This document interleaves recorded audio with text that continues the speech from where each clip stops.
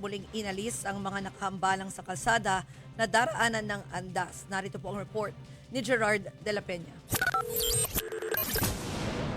Yun pa lang nagsimba na sa Quiapo Church ang ilang deboto na sasama sa traslasyon bukas ng Poong Jesus Nazareno. Merong dumayo pa mula sa probinsya.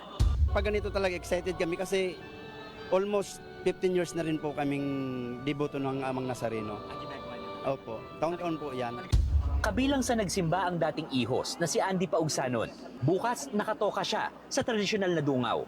Excited din kasi taon-taon naman mula pagkabata, na ako ni Nazareno eh. Sa Dungaw, ako yung mag-a-assist sa Dungaw. Naglagay na ng mga stanchion sa patio ang pamunuan ng Quiapo Church para mas organisado ang mga deboto. Para rin mas maging ligtas at maayos ang prosesyon, nagsagawa rin ng clearing operation sa mga kalye sa paligid nito. Kabilang na ang Hidalgo, Villalobos at Palangka. Nag-ikot rin si Manila Mayor Isko Moreno. Ininspeksyon nila kasama ang mga kawani ng Department of Engineering and Public Works sa Manila LGU ang mga arko sa paligid ng simbahan. Nagkaroon din ng special cleaning operation sa Quinta Market.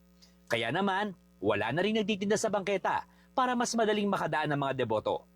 Nasa gilid naman ng simbahan sa kahabaan ng Quezon Boulevard ang mga nagtitinda ng panyo, imahen, rosaryo, kandila at bulaklak. Nagkalat din ang mga pulis at kawani ng Philippine Coast Guard para sa seguridad ng mga deboto.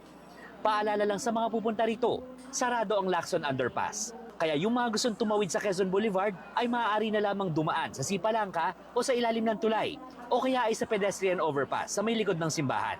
Sinimulan kaninang alas 3 ng hapon ang Fiesta Masses na gagawin oras-oras hanggang alas 11 ng gabi bukas. Paalala ng pamunuan ng Quiapo Church sa mga deboto, huwag nang tangkain na sumampa sa andas. Pwede rin maghagis ng panyo na ipupuna sa imahen.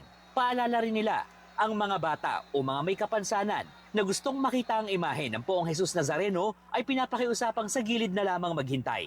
Mga kapatid, ako po si Ruth Cabal. Dito tayo sa totoo, dito tayo sa True FM. Mag-follow at mag-subscribe din po kayo sa aming social media accounts at True Network PH. Diyan po yan sa aming X na dating Twitter, sa FB, sa Instagram, sa YouTube, sa TikTok at sa mga podcast. At syempre, tutok din po kayo sa Signal True TV Channel 19.